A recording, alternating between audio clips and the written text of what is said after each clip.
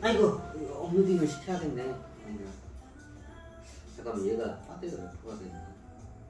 지금 저거 이거 강의 제 강의 잘 들어야 돼요. 이게 주식 통찰 강의다 넣을 건데 어쩌면 이게 투자 관련 저거기 때문에 저의 사례를 통해서 어떻게 해요? 여러분들한테 어떻게 해요? 경제 공부와 인플레이션 공부와 재테크 공부를 시키는 거예요.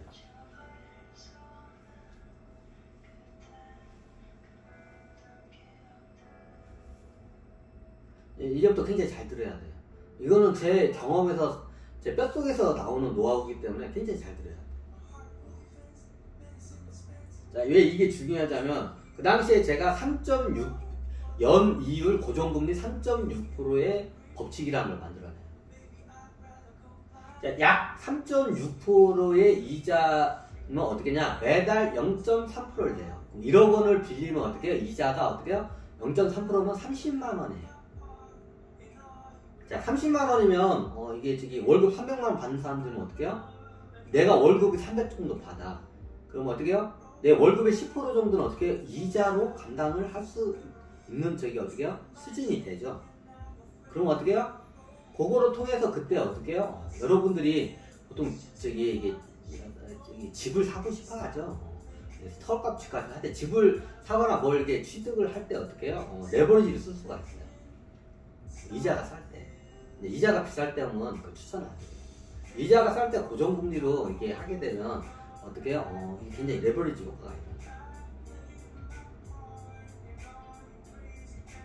자, 원론적으로 한번 다시 들어갈게요. 제가 지금 농지은행에 이거를 갖다가 있죠. 그 당시에 제가 어떻게 해요? 저는 아버지부터 상속 받을 때 어떻게 해요? 상속도 아니야. 빚이 더 많았어, 조금 더. 이건 상속이 아니죠, 누가 봐도. 그때 상속 포기할까 말까, 저기 진시황 누나가 장관아 상속 포기할까 말까 하거든. 근데 저기 우리 아버지가 이자를 싸게 해서 나중에 어떻게 월세 내는 거에 반절은 이자로 되고 반절은 어떻게 해요? 원금을 갚아가면 이거 될 것 같다. 이자를 싼 걸 했기 때문에 그래요, 아버지가. 그래 어떻게 그렇게 해가지고 어떻게 해요? 그렇게 하자 해가지고 상속을 받아요. 빚이 더 많음에도 불구하고. 보통 다른 사람 같은 경우에는 빚이 많으면 어떻게 해요? 상속 포기를 해요.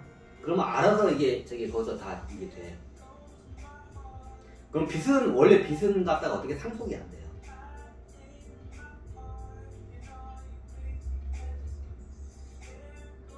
그거 너무 당연하죠?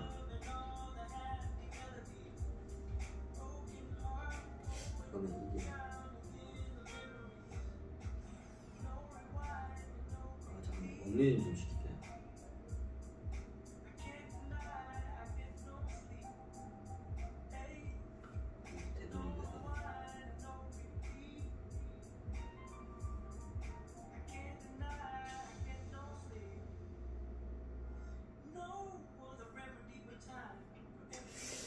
그래서 얼마 저거냐고요? 자, 여기서 하게 되면 저희 아버지 같은 경우 그때 이자가 거의 0%에 가까운 이자였어요. 왜냐하면 국가에서 지원해주기 때문에. 지원해주는 그런 대출 상품을 많이 쓰셨기 때문에. 근데 결과적으로 어떻게 했나요? 빚이 더 많게 했지만 상속을 받아서 어떻게 해요? 그 당시에 10,000원 정도밖에 안 간 것 같아요. 10,000원, 14,000원밖에 안 갔다는 걸 알고 있어요. 제가 시세가 한 평당. 근데 어떻게 해요? 14,000원밖에 안 되는 게 어떻게 해요? 지금 현재 가격으로 제가 125,000원이 나왔죠. 10배 정도, 약 10배 정도 올랐어요. 10,000원이 조금 넘었던 걸 알고 있어요. 제가 상속 받을 때. 나중에 IMF 때는 어떻게 10,000원 밑으로 떨어졌다고 했어요.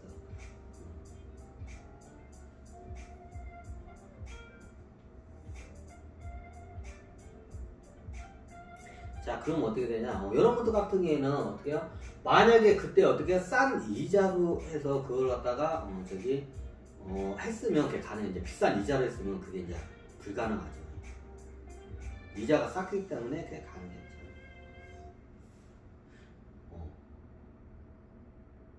그럼 어떻게 해요? 어느 정도 인플레이션 감안하고 저거 할 것 같으면 어떻게 해요? 고정금리로 싸게 해가지고 어떻게 해요? 장기적으로 중도 상환하면서 가는 게 어떻게 해요? 굉장히 유리한 상품이에요. 그래서 제가 그 당시에 발견한 게 어떻게 해요? 3.6%의 법칙을 제가 발견해요. 자, 3.6%는 어떻게 해요? 3.6%의 대출 금리가 3.6%면 어떻게 해요?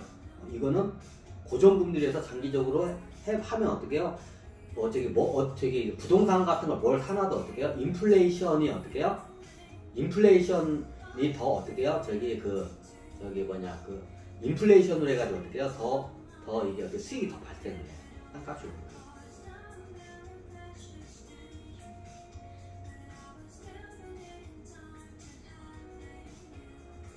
자, 그 당시에 어떻게 하냐? 3.6%의 이자로 하게 되면 어떻게 해요? 매달 1억 원을 빌려면 매달 30만 원의 이자를 내면 돼요.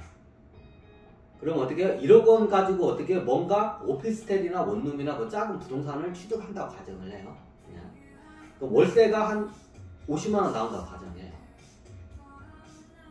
그럼 어때요? 30만 원은 대출 되게 이제 원금 상환하고 20만 원을 30만 원은 이자를 갖고 20만 원은 원금 상환을 하게 되면 해볼 만한 투자 상품이에요. 근데 그걸 누구한테 투자하냐? 저한테 투자해요. 내가 월세로 예전에 강했죠. 내가 월세를 낸다고 생각하고 상환을 하면 돼요. 자, 내가 예를 들어서 혼자 살아 도시냐, 원룸이나 오피스텔 같은 조그마한 거 하나 있는데 그게 근데 어디 가보니까 이렇게 하니까 쉽게 설명해. 1억 원짜리가 나왔어. 뭐 경매로 나왔던 뭐로 나왔던 1억 원짜리 오피스텔이나 원룸이 하나 나왔어. 근데 나는 도시니까 나 혼자 사니까 어떻게 해요? 어차피 나는 지금 오피스텔이나 원룸에다가 살면서 월세를 50만 원씩 내고 있어요. 월세를 내가 50만 원씩 이미 내고 있어요. 그런데 주변에 보니까 어떻게 오피스텔 원룸이 나왔는데 1억 원에 나왔어. 이게 경매가 될 수 있고 뭐가 될 수 있어요. 그럼 어떻게 돼요? 내가 어차피 50만 원 나오면 내가 신용이 좋아서 내가 3.6%의 이자로 해서 어떻게 해요? 오피스텔을 취득하면서 담보로 해가지고 취득하자 담보로 해가지고 이게 하게 되면 어떻게 해요? 1억 원짜리 오피스텔 살 수가 있어. 그죠? 1억 원짜리 오피스텔 원룸을 살 수 있어. 그러면 어차피 나는 또 내가 거기서 살 거야.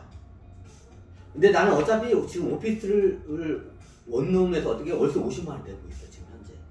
그럼 어떻게 해요? 내가 투자자이면서도 내가 월세입자야. 그럼 나는 인데까지 어떻게 50만 원 계속 냈잖아. 그럼 내가 내 명의로 산 거기다 어떻게 해요? 50만 원 월세를 똑같이 내. 그럼 1억 원짜리 샀잖아요. 그럼 1억 원은 매달 어떻게 이자가 30만 원이 나가잖아요. 그죠? 근데 이자가 30만 원이 나가잖아요. 그럼 거기서 20만 원을 어떻게 해요? 30만 원, 20만 원 어떻게 해요? 원금을 상환하면서 가요. 어차피 월세 나는 낼 거니까. 그럼 어떻게 해요? 조금씩이라도 어떻게 원금이 상환이 되겠죠. 그렇죠. 자, 여기서 좀 여러분들이 좀 진보적으로 나가자면 어떻게 해요? 이 오피스텔 원룸을 1억 원을 사서 내가 내 앞으로 고스란히 내가 은행 앞에도 앉고 내가 100% 취득을 하고 싶어. 자, 그럼 어떻게 해요? 목표를 세우면 돼요. 자, 1억 원짜리 오피스텔 원룸을 샀어요. 내가 살아요. 50만 원 월세 내요. 자, 거기다 플러스 어떻게 해요? 50만 원을 더 해서 어떻게 해요? 한 달에 100만 원씩 중도 상환을 해요. 어차피 내가 50만 원 나가. 여기서 어떻게 해요?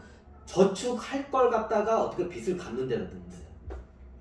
자, 내가 빚이 있는데 장기 저축을 하는 거는 참 미련한 짓이죠. 빚을 갚는 게 당연히 이자가 세니까 그게 당연한 거지 너무. 그럼 어떻게 해요? 내가 저축을 어차피 해야 하잖아. 저축을 어떻게 해요? 빚을 갚는 데로 저축을 하면 돼. 어차피 월세 50은 난 내야 돼. 그리고 저축 50만 원 정도는 해야 돼. 그 정도는 해야겠죠. 내가 300만 원 월급을 받아. 그럼 어떻게 해요? 내가 어차피 이 집에 살면 월세 50만 원 내야 돼. 그죠? 그리고 어차피 나는 50만 원 저축을 해야 돼. 그러면 그 월세 50에 저축 50을 하면 100만 원이죠. 그렇죠? 그러면 1억 원짜리 이 오피스텔을 갖다 100% 이불 해가지고 대출을 받았어. 그냥 가정하고 해요. 그리고 어떻게 해요? 이거를 갖다가 어떻게 해요? 10년 할부로 해서 이제 이걸 갖다가 어떻게 해요? 갚아가는 걸 보시면 돼요. 그러면 연 3.6% 정도에 해서 가정을 하면 어떻게 해요? 그 중에서 매달 0.3%가 이자고 어떻게 해요? 7%가 어떻게 원금 상환해요. 0.7%가 원금 상환. 자, 매달 1%씩 중도 상환을 하면 돼요. 자, 그거를 내가 좀 이걸 실험을 하기 위해서 내가 이 대출 상품을 한 거예요. 자, 그러면 여러분 같은 경우에는 어떻게 해요? 1년 1억 원짜리 오피스텔을 사게 되면 1년에 내가 월급 300만 원 받아. 그리고 나중에 호봉이 올라갔으면 올라갔지 떨어지진 않겠죠. 인플레이션이 있으니까. 그럼 어떻게 해요? 여기서 어떻게 해요? 내가 어차피 내가 할 월세 50에 내가 저축 50 한 걸 합쳐놓은 걸 갖다가 어떻게 해요? 이 1억 원 대출 받은 거에다가 어떻게 해요? 이거 갖다 중도 상환 원금의 1%씩을 매달마다 어떻게 상환을 하면 돼요. 자, 1억 원의 1%는 얼마야? 100만 원이죠. 그럼 300만 원 내가 월급을 받고 앞으로 이제 오를 건 뻔해. 그럼 어떻게 해요? 매달 100만 원씩 어떻게 해요? 중도 상환하는 게 그렇게 어렵진 않죠. 자, 저축을 하는 것보다도 이게 더 어떻게 해요? 실효성이 있어요. 그 시기가 중요해요. 그래서 어떤 타이밍이 중요해요. 나중에 이게 금리가 쌀 때 있어요. 그때 장기적으로 10년 중도 상환 대출을 받기를 저는 권유를 해드려요. 제가 그렇게 지금 상품을 했어요. 저 같은 경우는 농협에 4천만 원짜리를 2019년도에 했어요. 그리고 어떻게 해요? 중도 매달 1%씩 40만 원씩 돼요. 중도 상환 원금 이자와 원금 상환 원리금 상환을 해가지고. 그럼 어떻게 해요? 만기 언제 다 그 할부가 끝나요? 2029년 1월이면 끝나요. 딱 10년이죠. 딱 10년이면 어떻게 해요? 10년 할부로 산다고 생각하시면 돼요.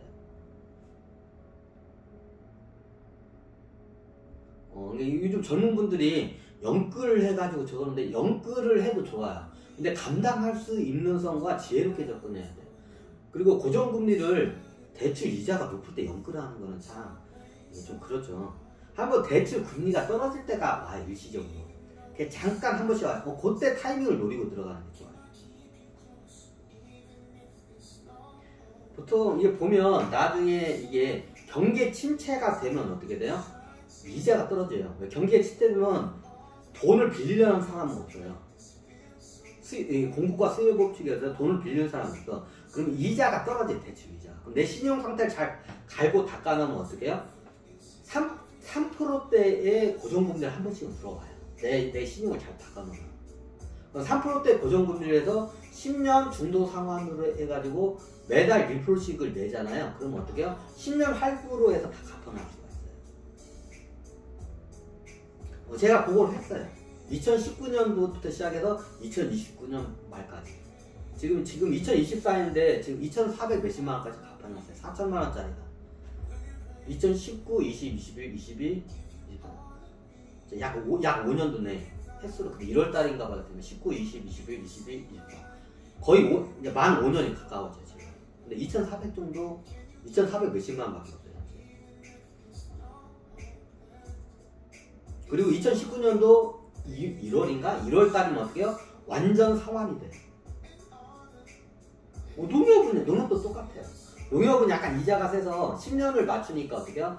3천만 원을 받았는데 30만 원은 안 돼. 그래서 31만 몇천 원을 맞춰놨어요. 그래야 딱 10년 만기로 할부를 해서 딱 끝나요. 좀 이자가 좀 높아, 거기. 국민연금보다 높아가지고. 여기 제가 3천만 원을 받았는데 10년 상환해요. 매달 어떻게 1%씩 돼요. 근데 30만 원 내면 어떻게 10년 안에 상환이 안 돼. 10년 안으로 상환을 맞추기 위해서 어떻게 되냐면 이자를 좀 더 이제 원금 상환을 들어가서 31만 5천 원인가? 31만 5천 원을 매달 상환을 해요. 그럼 어떻게 해요? 내가 2020년 2월달이면 2월달인가 1월달에 내가 2020년 1월달에 그거를 대출 시작했거든요. 만기가 언제냐? 2030년 1월달이면 다 끝나요.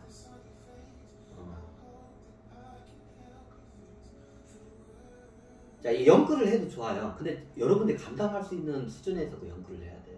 그리고 어떻게 해요? 그 타이밍이 중요해요. 지금 타이밍이 안 좋아요. 요즘 서로를 대출 받아가지고 막 연끌 쪽들 하는데 타이밍이 안 좋아요. 제일 좋은 게 뭐냐면 여러분들 일단 여러분들 몸 하나 누울 수 있는 어떻게 해요? 공간 하나를 보금자리 하나를 마련하는 게 꿈이잖아요.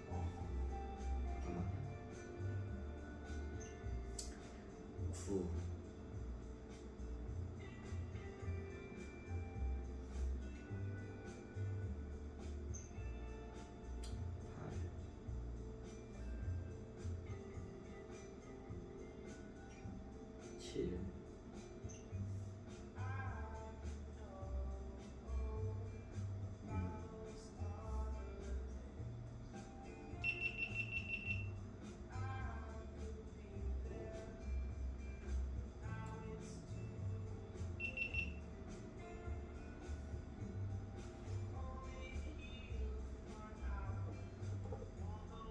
지방 들고 그래야 또 해킹 들어왔네. 아이고.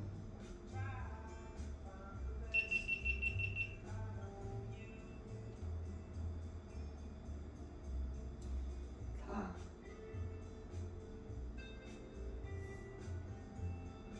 3.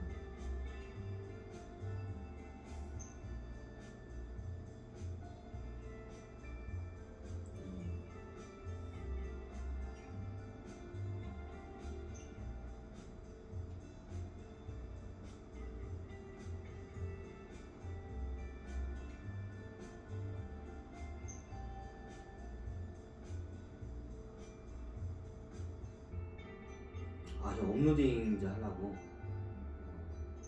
내가 차례야. 잠깐만요. 업로딩 좀 하고.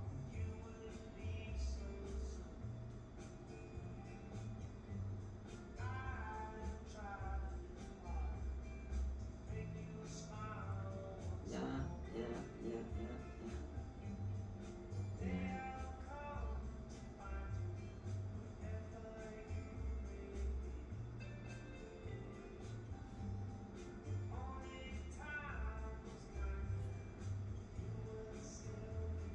그래서 어떻게 되나요? 그래요. 그거를 보여주기 위해서 제 샘플을 적어요. 근데 지금 고정금리 한다는 거는 참 어리석어요. 한번 이게 떨어져요. 경계가 침체되게 되면 기업 같은 데서 이렇게 돈을 안 빌려요. 은행에서 잘. 경계가 침체되니까. 그럼 그때 어떻게 해요? 이자가 떨어져요. 대출 이자가 보통 떨어져요. 그럼 그 사이에 그냥 기다리고 있으면 내 신용도를 갈고 닦아야 돼요. 예를 들면 카드론이나 뭐 이런 거 이 해가지고 신용을 깎아먹는 그 행위들이 많아요. 제가 아니더라도 저보다 더 전문가들 유튜브에 보면 신용 관리하는 법 이런 게 많이 보시면 나가요. 예를 들면 카드론이나 카드 뭐 현금 서비스 이런 거 받으면 신용도가 팍팍팍 깎여요. 그리고 예전에 저부터도 중고차를 중고차 같은 걸 할부로 쓰잖아요. 내 신용도가 깎여요. 왜냐면 제가 중고차 장사를 했기 때문에 그걸 잘 알아요. 그래서 어떻게 해요? 그러면 그게 이자가 떨어졌을 때 3%대의 이자가 떨어질 때요. 내가 3% 이자가 떨어졌을 때 어떻게 해요? 내 신용도가 좋아야 3%대 이자 대출이자 쓸 수가 있어요. 너무 당연하죠. 신용도가 안 좋으면 그 때가 와도 못해요. 그럼 준비를 해야 돼요. 내 신용도를 어떻게 해요? 칼로 닦아야 돼. 그럼 어떻게 최소 하지 말아야 할 짓은 뭐냐? 카드론이나 카드 대출, 카드 현금 서비스, 그리고 중고차 할부, 그리고 보험 회사에서 이게 대출 받는 거세요. 그거 신용도 깎아먹는데 굉장히 이게 안 좋아요. 이런 걸 하지 마셔야 돼.